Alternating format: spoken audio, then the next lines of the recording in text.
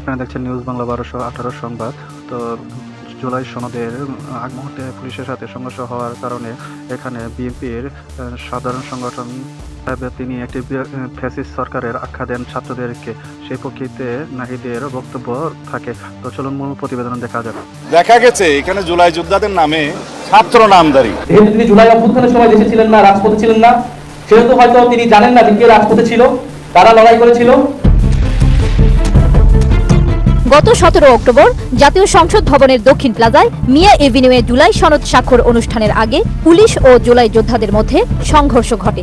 এই ঘটনায় বেশ কয়েকজন আহত হন। পরদিন 18 অক্টোবর রাজধানীর শেরেবাংলা নগরে বিএনপি প্রতিষ্ঠাতা ও সাবেক রাষ্ট্রপতি জিয়াউর রহমানের সমাধিতে শ্রদ্ধা জানাতে গিয়েছিলেন বিএনপির স্থায়ী কমিটির সদস্য সালাউদ্দিন আহমেদ। ওই সময় মানিক মিয়া এভিনিউয়ের সংঘর্ষের প্রসঙ্গ তুলে সাংবাদিকদের প্রশ্নের জবাবে সালাউদ্দিন বলেন, জুলাই যোদ্ধাদের নামে কিছু সংখ্যক ছাত্র নামধারী উচ্ছৃঙ্খল লোক ঢুকেছে, সেটা ফ্যাসিস্ট সরকারের ফ্যাসিস্ট বাহিনী বলে মনে করি। আওয়ামী লীগ ফ্যাসিস্টরা বিভিন্ন ফাঁকফোকরে বিশৃঙ্খলার চেষ্টা করছে। এখানে কোনো সঠিক জুলাই বা অভ্যুত্থানের সঙ্গে জড়িত কেউ থাকতে পারে না। দেখা গেছে এখানে জুলাই যোদ্ধাদের নামে কিছু সংখ্যক ছাত্র নামধারী, সেটা ইন্টারভিউতে আমি দেখেছি, কিছু সংখ্যক উচ্ছৃঙ্খল লোক ঢুকেছে, সেটা ফ্যাসিস্ট সরকারের ফ্যাসিস্ট বাহিনী বলে আমি মনে করি। তার এমন মন্তব্যের তীব্র নিন্দা জানিয়েছেন জাতীয় নাগরিক পার্টি এনসিপির আহ্বায়ক নাহিদ ইসলাম।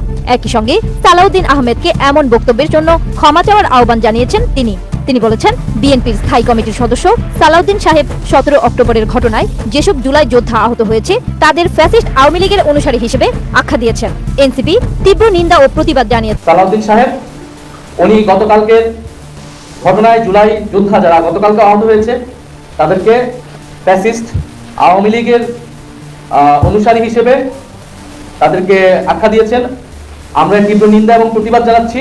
18 অক্টোবর রাজধানীর বাংলা মোটরে এনসিপির অস্থায়ী কার্যালয়ে আয়োজিত এক সংবাদ সম্মেলনে তিনি এসব কথা বলেন। জুলাই জাতীয় সনদে সই না করা ও অনুষ্ঠানে যোগ না দেওয়ার বিষয়ে নিজেদের অবস্থান জানাতে ওই সংবাদ সম্মেলন ডাকা হয়। প্রতিক্রিয়ায় এনসিপির আহ্বায়ক নাহিদ আরো বলেন, তিনি ভুলবশত হয়তো তার কাছে তথ্য না থাকার কারণে এরকমটা বলেছেন। হয়তো তার কাছে তথ্য না থাকার কারণে তিনি এরকমটা বলেছেন।